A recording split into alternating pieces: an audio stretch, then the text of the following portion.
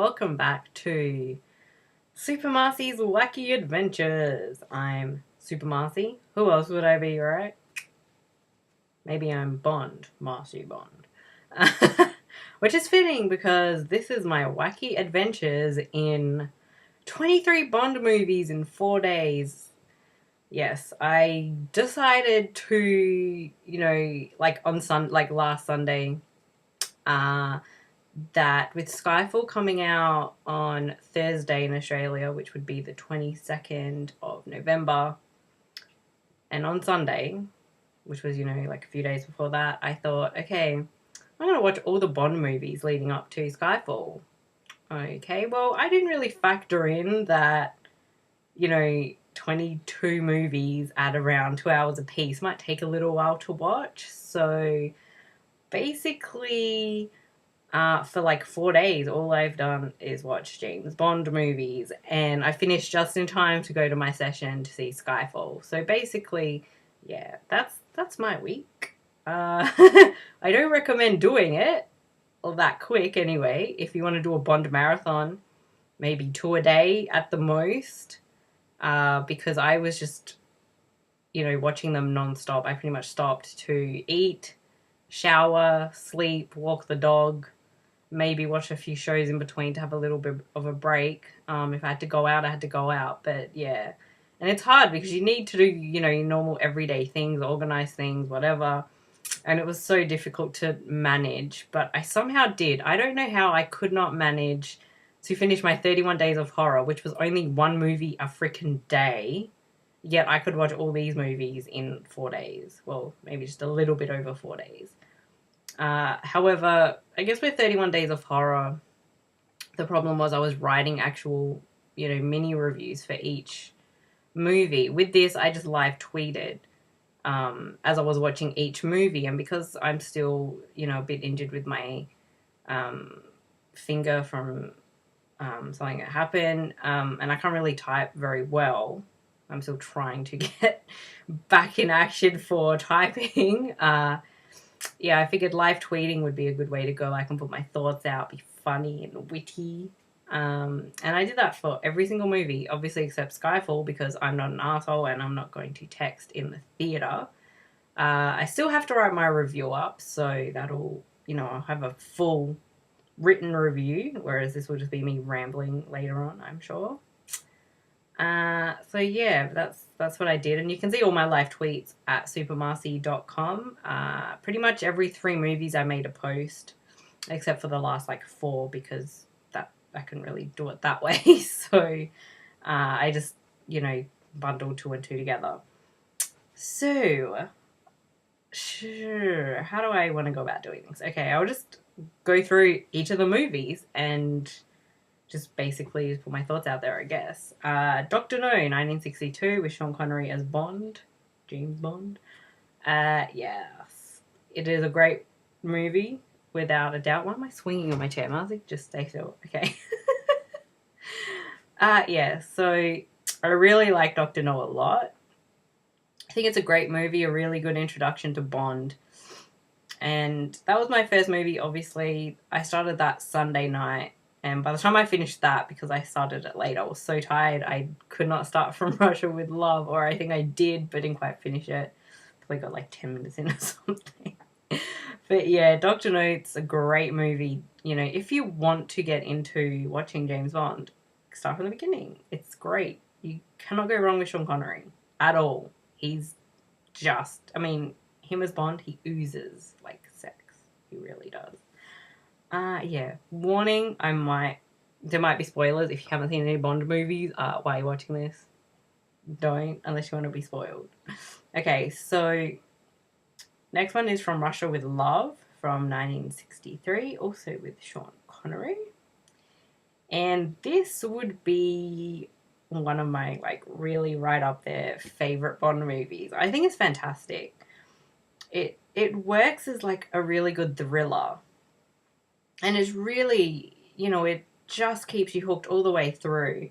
Connery is excellent, and you have Robert Shaw, who's brilliant as the villain. It's so great. I really just love From Russia with Love a lot. It's just good stuff. Very good stuff. And I'm still swinging, by the way. I need to stop that. Look, there's Luigi. All right.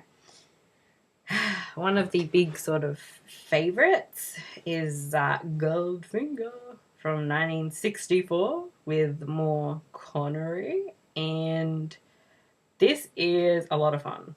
The tone shift between the two movies is really interesting. You can see they kind of wanted to go in a bit more of a fun direction. And it's awesome. It is just a lot of fun. You have Goldfinger is the villain. You have his henchman, Odd Job. You have the amazing Pushy Galore as the Bond girl. I mean, what's not to love about Goldfinger? This, again, it's like right up there as, you know, a favorite. It's fantastic. We move on to Thunderball from 1965. Again, Sean Connery. And this is a really great film. It has a lot of underwater stuff, and it's filmed really well. Like, you see things now with the underwater stuff, and it just doesn't look this great. They did a fantastic job. And, you know, I really love, like, the Bond theme songs, but it's just really cool when, like, Tom Jones can... You know, he's not really someone you would expect to do, like, a Bond theme, but he just nails that song. He's just... great stuff. But, yeah, it's such a good movie. A lot of fun. Tops and Sean Connery. Yeah, Sean Connery. Oh, whew. All right. You Only Live Twice, 1967, again with Mr. Connery. This one I really like a lot. It takes a really different approach, though. He needs to kind of really, you know, kind of fake his own death. And it's like, you know, you only live twice. So, yeah, he sort of reinvents himself and stuff, which is interesting to say the least. He kind of like... I don't know if they like based John Saxon's look in Enter the Dragon on Sean Connery in this, but they have the exact same look. They looked exactly the same. It was really weird. But yeah, really, really damn fine movie. And the next one is On Her Majesty's Secret Service from 1969. Of course, a Bond movie from 69.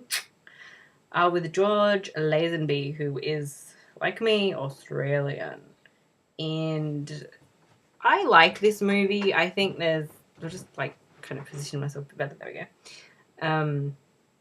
I like this movie a lot. I think there's a lot of good things in it, but there's also things I didn't like a lot.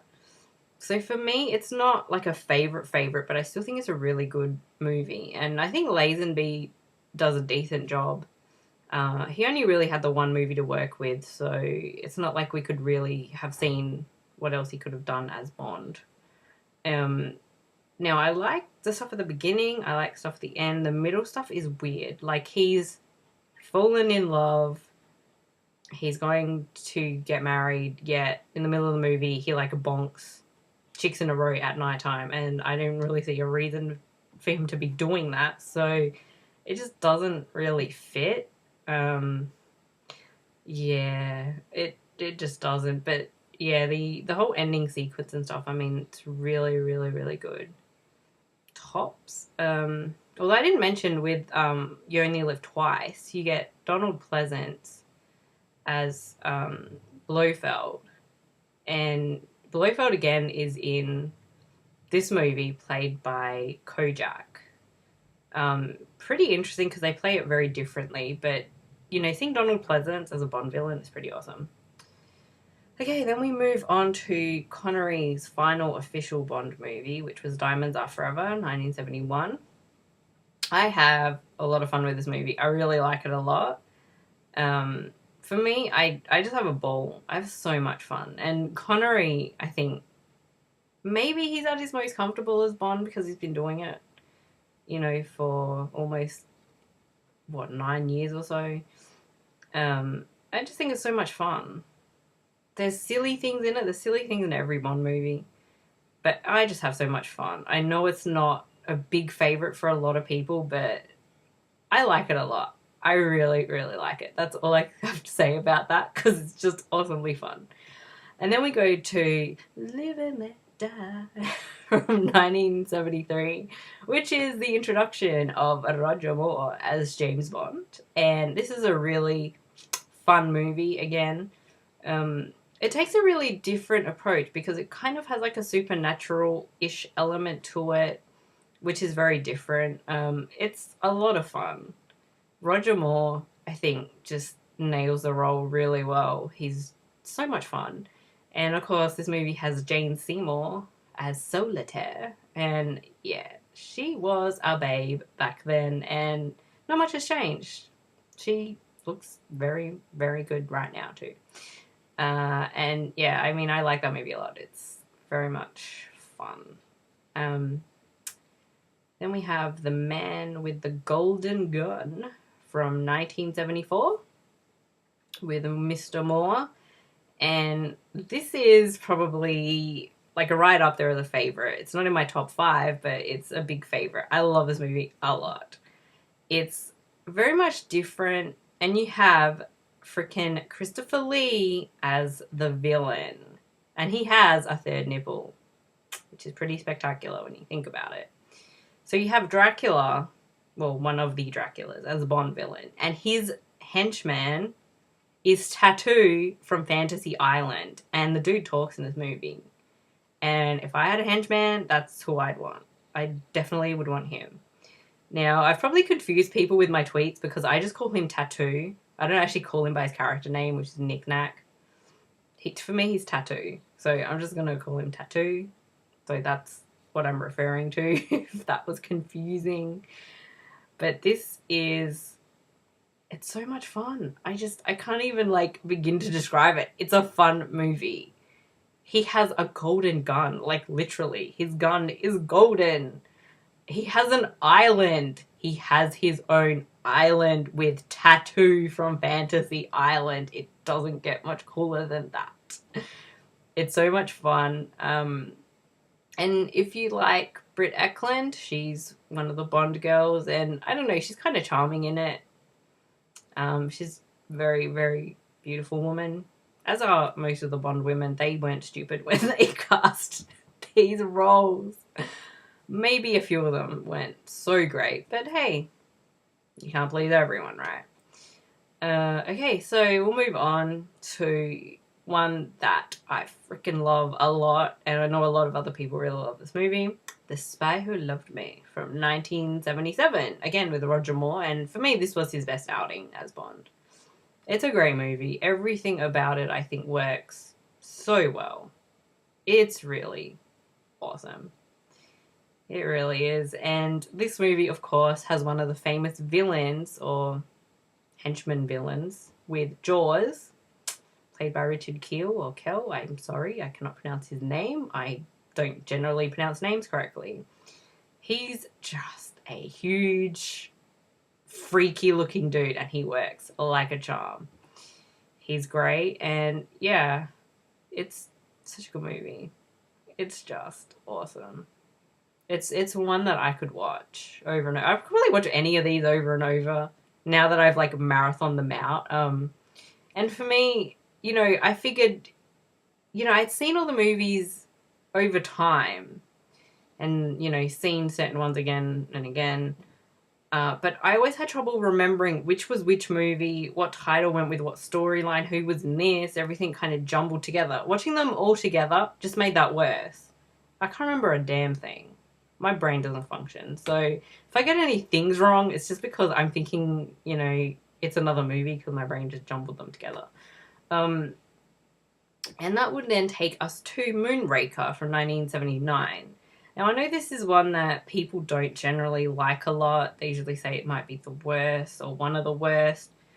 I don't think on certain levels it's that great, but boy, do I have a great time with Moonraker. It is silly, like towards the end. I think up until the kind of final act, it's a lot of fun. It really is. You have Jaws back, and his character is just taken to another level. He falls in love. It's awesome.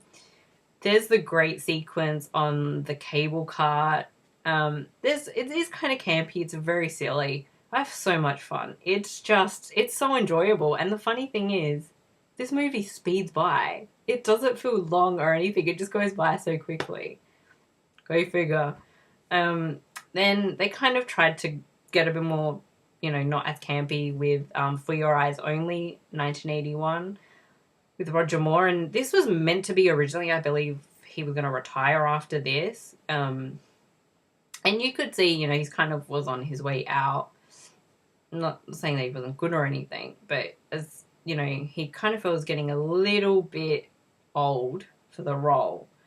But the dude, I think, was that good that he kind of masked that stuff and he still carried himself very well.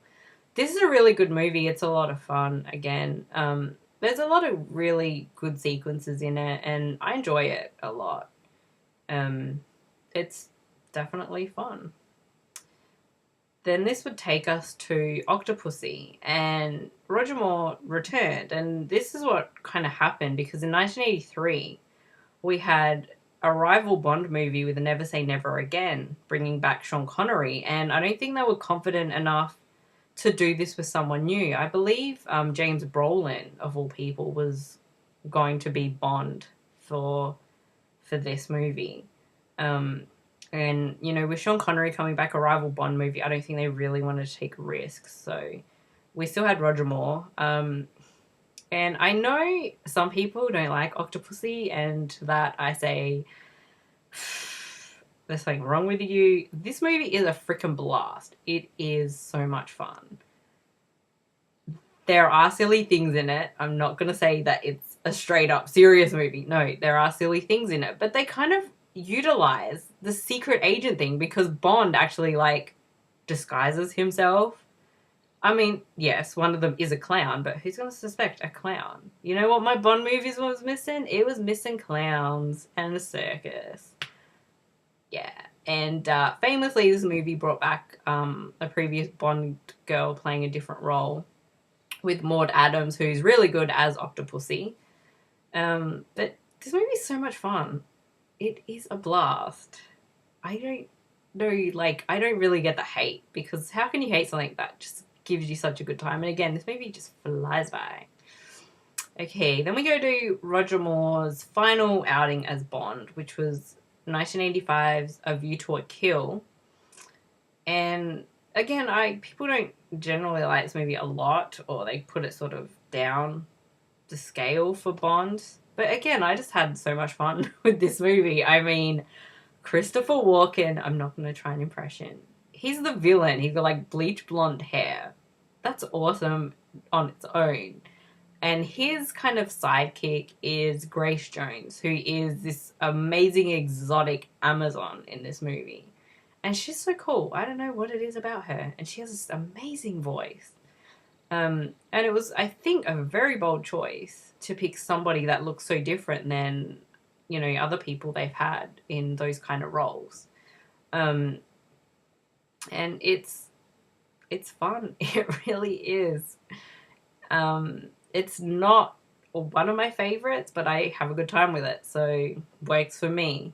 Definitely does. And yeah, we said goodbye to Roger Moore and we said hello to Timothy Dalton for 1987 The Living Daylights. And I'll say this, I like Timothy Dalton a lot. I really like him as an actor.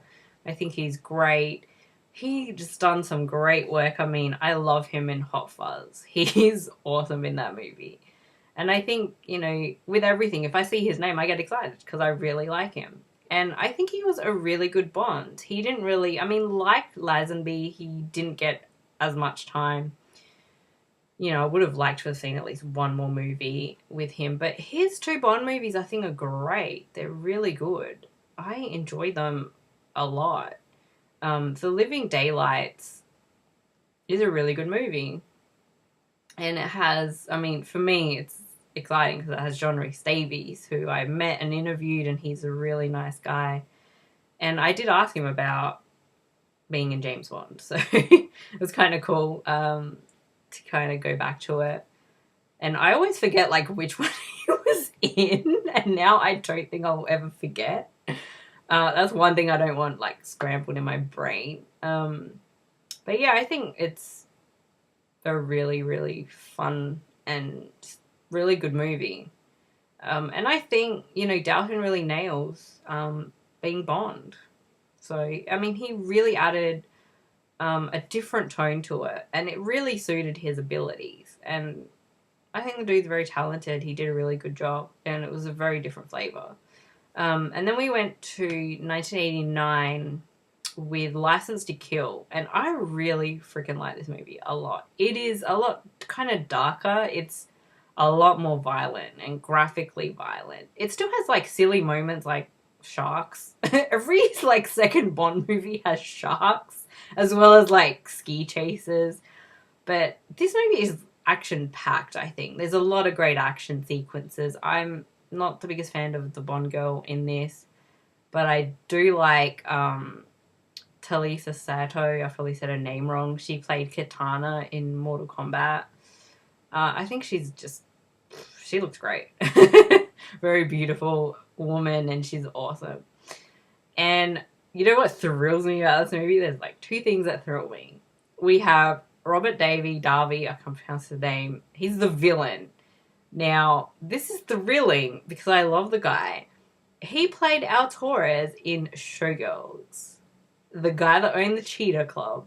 That's freaking awesome that the owner of Cheetah was a Bond villain. And I would like to think that, you know, from this movie he just went on to like change his name and be Al Torres. It makes perfect sense in my head. The other awesome thing is this has a 21-year-old Benicio del Toro as the henchman. And I believe that made him like the youngest person to play a villain, a Bond villain, which is kind of cool. Actually, you know what? I wouldn't even mind seeing him back now in a villain role or a supporting role. I think he would kind of be cool, like now, and you could sort of have someone that's like, you know, done it again, just with a big age gap or year gap. But yeah, this movie, I really, really like it. It's fun. There's, you know, the whole final act is fantastic. Good action. Oh, so much fun. This then leads me to my absolute favourite Bond movie, GoldenEye, which would see Pierce Brosnan become the new James Bond. And I think legal battles and stuff sort of put a big 6-year gap between movies. I think there was talk of maybe Downton coming back. And, you know, Brosnan has always meant to be Bond. He was in talks back in the 80s to do it, but contractual issues and stuff prevented that from happening. But he finally got to shine in a phenomenal movie. GoldenEye just doesn't stop being awesome. For me, this movie is flawless. I have so much love for this movie. It has one of my favorite villains with 007. 007, 006. 007 could be a villain if you look at it the other way. I mean, 006, played by Sean Bean.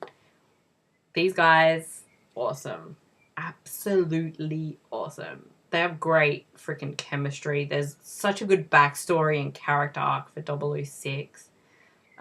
His name is Alec Trevelyan. You have one of the best sort of sidekick Bond villain girls with Famke Janssen, or as Bede would say, Funky Janssen, as Ivana on the top. And she's fantastic. She kills man in like the best way possible. You have Alan Cumming as Boris. I'm invincible. Yeah, I used to go around like screaming that. No one else was around. Yeah, this movie just rocks. And of course it introduced Judi Dench as M, who owns the role, by the way. She's fantastic. I love her. I don't want to hear any bad things about her. She's awesome. But yeah, you know what? GoldenEye is just, I think it's the best, in my opinion. Everybody has a different favorite or what they think is the best. This movie is just fantastic. I think it captures everything about Bond.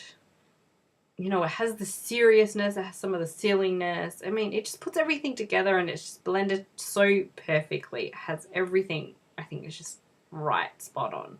Mwah, love it. And there's a lot of sexy in this movie, by the way. Just add that in, because I can't talk about GoldenEye without mentioning how sexy it is. Alright, talk about that now. Tomorrow Never Dies, again with Pierce Brosnan, and I like this a lot. I think it's fun. Things I don't really like, I think it's got a weak villain, and Jonathan Pryce is campy as hell. It's kind of funny in a fun way. But yeah, I think that kind of bit is a little weakish.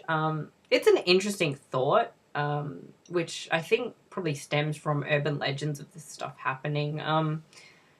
But Bond has a pretty kick-ass, Bond girl with Michelle Yeoh. I mean, she's awesome.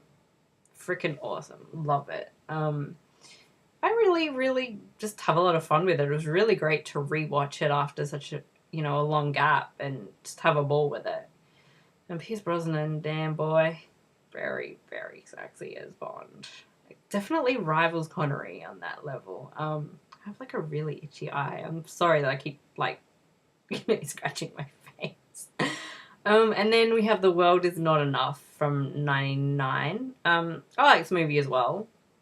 It's fun. There are certain things that I don't particularly enjoy, and that main thing would be Denise Richards. Because I'm going to believe she can defuse a nuclear bomb or whatever in that thing was. It's unbelievable. It's silly. She can't act.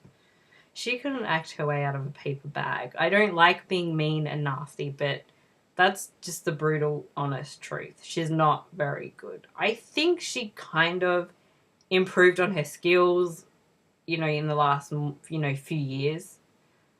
She's kind of been a lot better, but here she just didn't work at all. It kind of ruins it when she shows up. It's just like, no.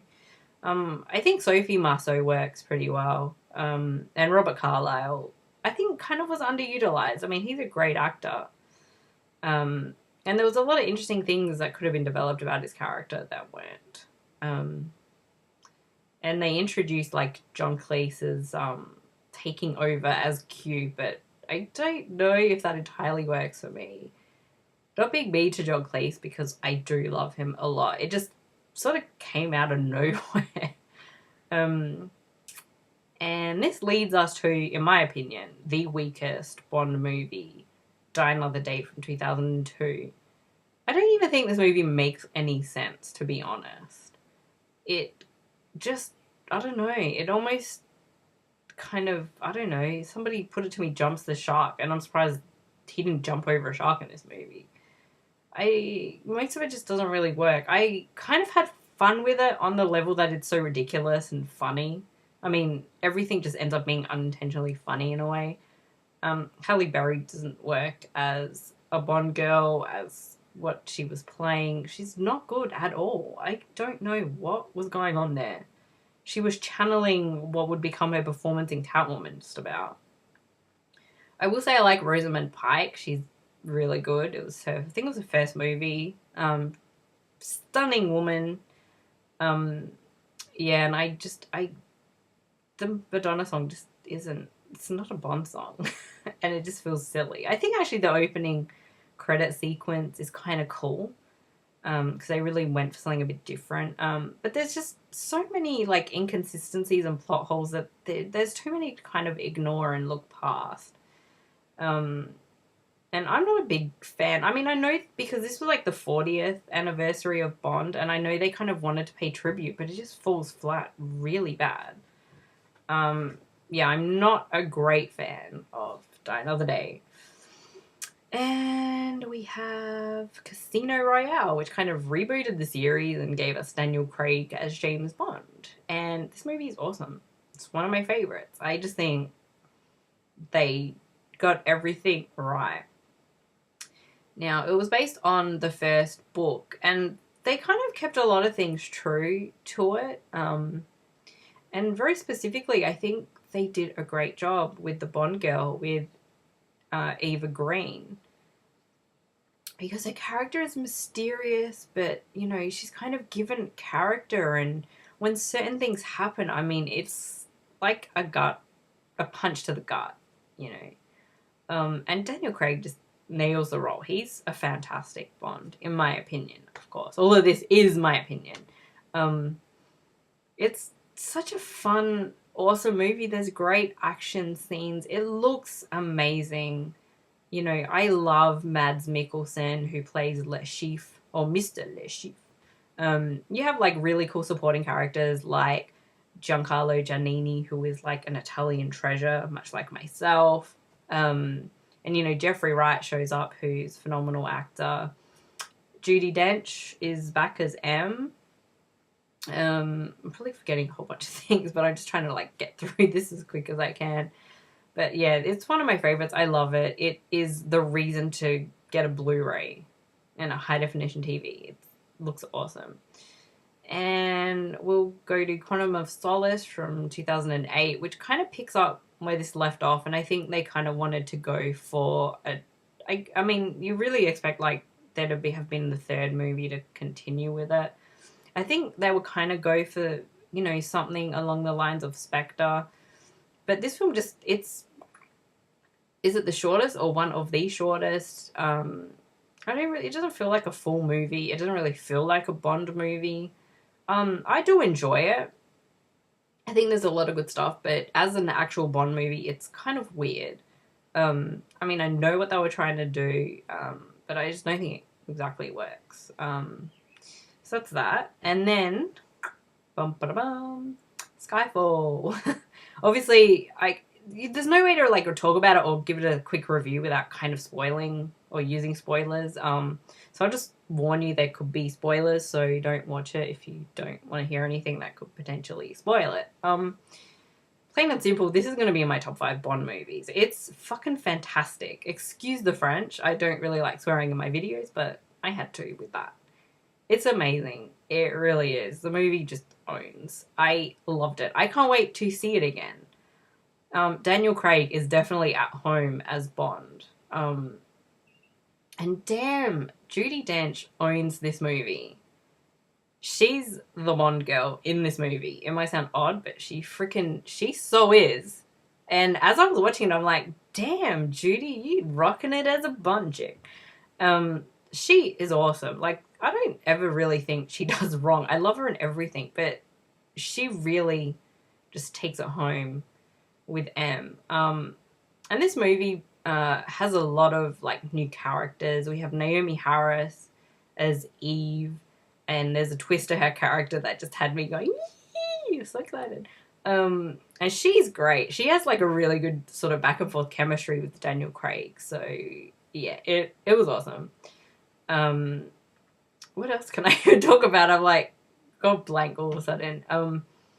It's an interesting storyline because you have, I think it was meant to be a hard drive stolen that contains names of undercover NATO agents, and the threat to reveal them means that these guys are likely going to be killed because they're traitors, they're undercover agents. So they try to stop that, but at the same time, you know, M is quite clearly being targeted as a terrorist attack on MI6 headquarters. They end up like moving to a different place. And then they introduce like the new quartermaster, the new Q, who is just the cutest little thing ever. I want one. I want that one. Give him to me, damn it. He's great. This guy is awesome. I think it was a dude that was in Perfume Story of a Murderer. But damn, he's like come a long way since that. He's freaking awesome. Yeah, I want one. I'll just say that. This movie has, you know, it introduces Ray Fiennes as kind of like the boss ahead of M. He has to like answer to the Prime Minister. And he's really good. I mean, it's good to see him in like roles like this. He does a freaking great job. I loved him in it. And his character, again, has a twist that just made me smile. I liked where that went. The action, the set pieces, it's just amazing. Oh my goodness.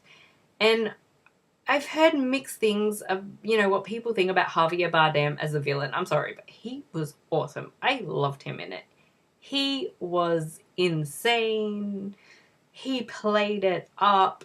And it was great. He has a really good villain backstory, motivation, which reminded me of GoldenEye because, you know, they're on that kind of same level. These two are kind of in it almost kind of the same amount, but they have this good motivation that you can kind of understand and see where they're coming from. I mean, that, you know, that's what it reminded me of. And he was really good. I mean, weird bleach blonde stuff aside, I mean, the cover's awesome. And there's like this twist with his character on like another visual level. And I was just like creeped out, you know, when I saw it.